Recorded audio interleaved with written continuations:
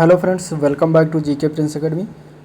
तो हम लोग आज से एक एक वीडियो करके इस तरीके से शार्ट नोट्स के बारे में जो इम्पोर्टेंट टॉपिक है उसके बारे में बात करेंगे। ये खासकर वीडियो और जो पेट का एग्ज़ाम होने वाला है 2022 में उसके लिए बहुत ही इम्पोर्टेंट होगा। ठीक है, ये शॉर्ट्स नोट होंगे, शॉर्ट्स नोट हैं। ठीक है, शॉर्ट्स नोट होंगे और इसमें इम्पोर्टेंट जैसे कि आज बौद्ध धर्म के बारे में एक ही वीडियो में पूरा जानेंगे 10 से 15 मिनट के रेंज में अंदर में। इसके बाद इसके अगले वीडियो में होगा जैन धर्म। ठीक है, अभी धर्म से संबंधित शुरुआत किया है तो धर्म से संबंधित जितने भी चीज़ें हैं जैन धर्म के बाद फिर आएगा आपका शैव धर्म। शैव धर्म के बाद फिर इसमें देखेंगे हम लोग पारसी धर्म। ठीक है, पारसी धर्म के बाद हम लोग देखेंगे इस्लाम धर्म। तो जितने भी इस धर्म हैं जो कि आपके एग्ज़ाम पॉइंट ऑफ व्यू से बहुत इंपॉर्टेंट है तो उन सबको एक एक वीडियो में करके हम लोग समझेंगे और जानेंगे। ठीक है, इंपॉर्टेंट टॉपिक होंगे, शॉर्ट्स नोट होंगे। तो चलिए वीडियो को स्टार्ट करते हैं। और स्टार्ट करने से पहले अगर आप लोग चैनल पर नए हैं और अभी तक सब्सक्राइब नहीं किया है तो चैनल को सब्सक्राइब करें, साथ में अपने दोस्तों में ज़्यादा से ज़्यादा शेयर करें। ठीक है, पेट 2022 और वीडियो इसके बाद और भी जितने भी यूपी SSC या वनडेज एग्ज़ाम होंगे उनके लिए जो है बहुत ही महत्वपूर्ण विषय है। ठीक है, बौद्ध धर्म से लगभग क्वेश्चन पूछे ही जाते हैं। तो चलिए, बौद्ध धर्म के संस्थापक थे गौतम बुद्ध के जीवनी के बारे में जान लेते हैं। ठीक है, इनके जन्म की बात करेंगे तो 563 ईसा पूर्व में हुआ था, कपिलवस्तु के लुम्बिनी नामक स्थान पर। ठीक है, इनका जन्म हुआ था। इनके पिता का नाम राजा शुद्धोधन था जो कि साक्यगढ़ के मुखिया थे। ठीक है, इनकी माता का नाम माया देवी था। ठीक है, इनका लालन पालन जो है प्रजापति गौतमी ने किया था जो कि इनकी सौतेली माँ थी। ठीक है, कहीं कहीं ये लिखा रहता है मौसी, तो दोनों में जो भी आएगा मौसी या सौतेली माँ, तो लालन पालन इनका जो है प्रजापति गौतमी ने किया था। ठीक है, बचपन का नाम क्या था गौतम बुद्ध का? सिद्धार्थ था। विवाह इनका यशोधरा के साथ हुआ था 16 वर्ष की आयु में। इनके पुत्र का नाम राहुल था। ठीक है, इन्होंने जो है क्या कहते हैं कि इन्होंने बहुत सी आराम और ऐश की ज़िंदगी जी गौतम बुद्ध, जो नाम सिद्धार्थ थे। ठीक है, क्योंकि इनके पिताजी राजा थे और जो है इन्होंने राज दरबार या जो है महल से बाहर नहीं कदम रखा था जब तक कि ये 29 वर्ष तक। ठीक है, तो उसी में रहा करते थे। तो इनको क्या हुआ कि एक बार ये टहलने के लिए निकले तो रास्ते में इन्होंने 4 दृश्य देखा। पहला बूढ़ा व्यक्ति, दूसरा एक बीमार व्यक्ति, तीसरा एक शव और चौथा एक सन्यासी। ठीक है, इस तरीके से इन 4 दृश्यों को देखकर इनके मन में एक अलग विचार आया और इन्होंने 29 वर्ष की अवस्था में गृह त्याग कर दिया, जिसको महाभिनिष्क्रमण कहा गया। ठीक है, इंपॉर्टेंट है ये चीज़, महाभिनिष्क्रमण। ये पूछा जाता है कि गृह त्याग जब किया था महात्मा बुद्ध ने तो उसको क्या कहा जाता है? तो उसको महाभिनिष्क्रमण कहा जाता है। ठीक है, इन्होंने अपना प्रथम गुरु बनाया आलार कलाम को।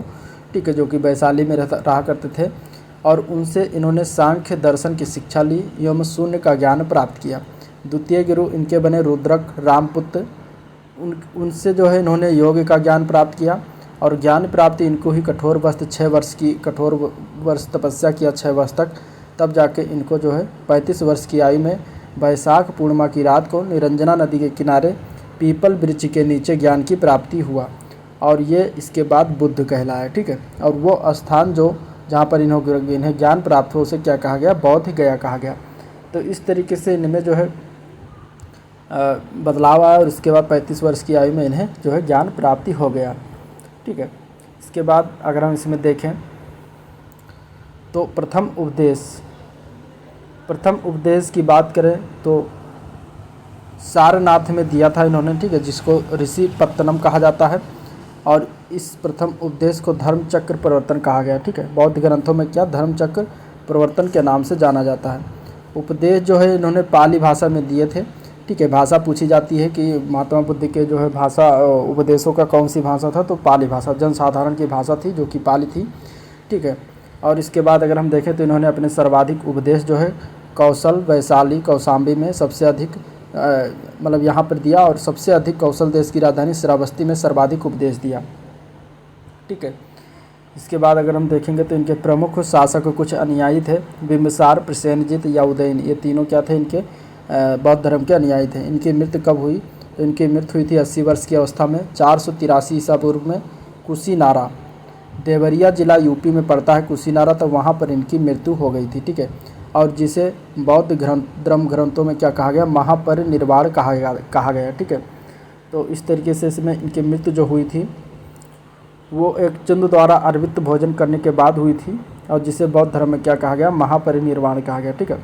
और मल्लों ने जो है इनका क्या कहते हैं कि अत्यंत सम्मानपूर्वक बुद्ध का अंत्येष्टि संस्कार किया था, ठीक है, मल्ल के द्वारा ये किया गया था। तो ये भी याद रखिएगा कि किसने किया था। और अगर देखा जाए तो ये एक अनुश्रुति के अनुसार मृत्यु के बाद जो है बुद्ध के शरीर के अवशेषों को 8 भागों में बांट दिया गया था और उन पर 8 स्तूपों का जो है निर्माण कराया गया था। तो ये भी एक कहावत है, मान्यता है, ठीक है। बौद्ध धर्म के बारे में अगर हम जानें तो हमें विशद ज्ञान यानी कि त्रिपिटक ज्ञान से जो है प्राप्त होता है। और त्रिपिटक है जो कि ये पाली भाषा में ही है, ठीक है। और इसमें 3 पिटक हैं, विनय पिटक, सूत्र पिटक और अभिधम्म पिटक, ठीक है। विनय पिटक में नियमों का संग्रह दिया गया है, सूत्र पिटक में धार्मिक सिद्धांत का संवाद दिया गया है, अभिधम्म पिटक में जो है धार्मिक सिद्धांतों का जो संवाद व सूचियों के सारांश तथा प्रश्नोत्तरी का समावेश किया गया है, ठीक है। जो सूत्र पिटक में वर्णित सिद्धांत है उसे सुव्यवस्थित अनुशीलन के लिए आवश्यक सूचियों के सारांश एवं प्रश्नोत्तरी का समावेश किसमें, अभिधम्म पिटक में किया गया है, ठीक है। पाली जो है त्रिपिटकों को पहली शताब्दी ईसा पूर्व में श्रीलंका के शासक वत्तगामनी थे, उसकी देखरेख में पहली बार लिपिबद्ध किया गया। किसने किया था, तो उसका नाम था वत्तगामनी, जो कि ये श्रीलंका का शासक था। तो इसने सर्वप्रथम लिपिबद्ध किया था पाली भाषा को, ठीक है, त्रिपिटकों को। तो ये भी याद रखिएगा। अब बौद्ध धर्म के बारे में जान लेते हैं बातें। तो देखिए बौद्ध धर्म जो है मूलतः अनीश्वरवादी है, यानी कि ईश्वर को नहीं मानता, ठीक है। इसमें आत्मा की परिकल्पना भी नहीं की गई है, इसमें पुनर्जन्म की मान्यता है, ठीक है। और विश्व दुखों से भरा है का सिद्धांत जो है बुद्ध ने ये उपनिषद से लिया है, ठीक है। जो ये वाक्य है विश्व दुखों से भरा है, इसका जो है उपनिषद से लिया गया सिद्धांत है बुद्ध के द्वारा। इसके अनुयायी की बात करें तो 2 भागों में विभाजित हुआ, ठीक है। पहला है भिक्षुक और दूसरा है उपासक। भिक्षुक की बात करें तो जो संन्यास ग्रहण कर लेता है बौद्ध धर्म के प्रचार के लिए, जिन्होंने संन्यास ग्रहण कर लिया उन्हें भिक्षुक कहा गया। उपासक उन्हें कहते हैं जो गृहस्थ जीवन व्यतीत करते हुए बौद्ध धर्म अपनाने वाले को क्या कहते हैं, बौद्ध धर्म अपनाने वाले को क्या कहते हैं, उपासक कहा गया, ठीक है।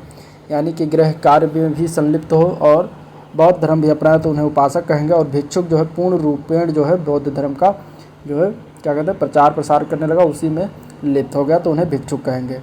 न्यूनतम आयु शामिल होने के लिए इसमें 15 वर्ष निर्धारित किया गया बौद्ध धर्म में, ठीक है। बौद्ध संघ में जो है प्रविष्ट होने को जो है उपसंपदा कहा जाता है, और ये जब प्रविष्ट होते हैं तो उसको क्या कहते हैं, उपसंपदा भी कहते हैं, ठीक है। इसके बाद इसमें त्रिरत्न है, बुद्ध, धम्म और संघ, ये त्रिरत्न है बौद्ध धर्म के। तो ये भी याद रखिएगा, ये पूछा गया क्वेश्चन है।